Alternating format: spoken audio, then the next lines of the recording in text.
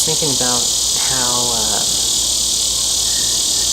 we go about witnessing or trying to do discipleship and hold courses and this and that, and it's kind of like a school rather than a family, and just realizing there's some misconception about what the Great Commission is.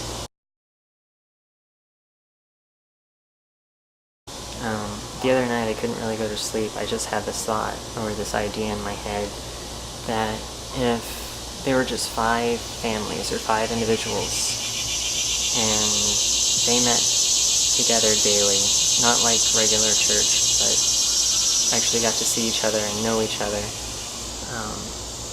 and then they each sought out one other individual or family and just tried to mentor them for a year and teach them the scriptures.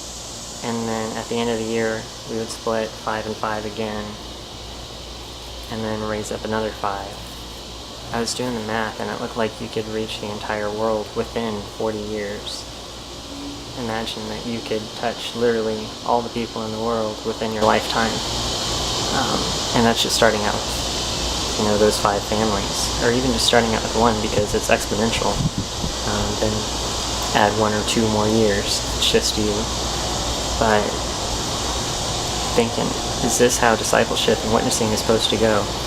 Because when you look at Way of the Master and open air preaching and all these other things, it seems like you leave the person hanging. And there's even trouble with that in the New Testament. Paul said, you guys might have a lot of teachers, but really you have no fathers.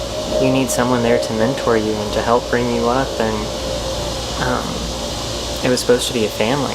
Like, we'll go to church and we'll say, hey, Brother John, but he's not like a brother at all. All you discuss is the weather or sports or something, and then you leave. It's supposed to be familiar. There should be friends and family, and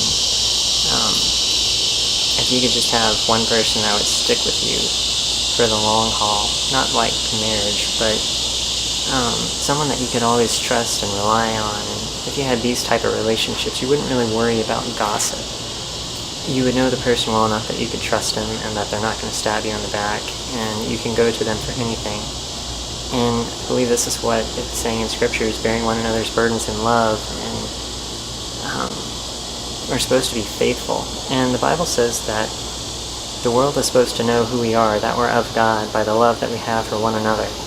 And it seems like we don't have any of that at all. It should be self-sacrifice, and you should be there whether times are convenient or not.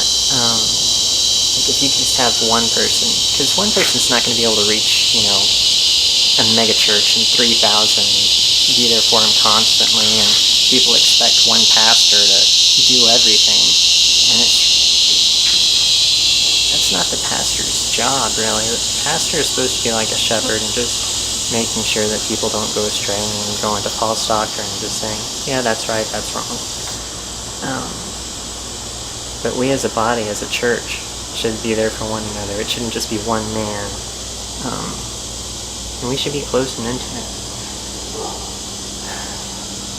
I was thinking this should really be the model of the church. If you read Acts 2 and 3, they met in each other's homes all the time, and they broke bread, and they shared everything in common, and they really loved one another as they would love themselves. That was the model. And we don't have that anymore. We've just got, social groups that we call small groups, and we'll meet occasionally and, go to a football game or something, have some fun, and then leave. But that's not really what church is supposed to be. It's supposed to be relational.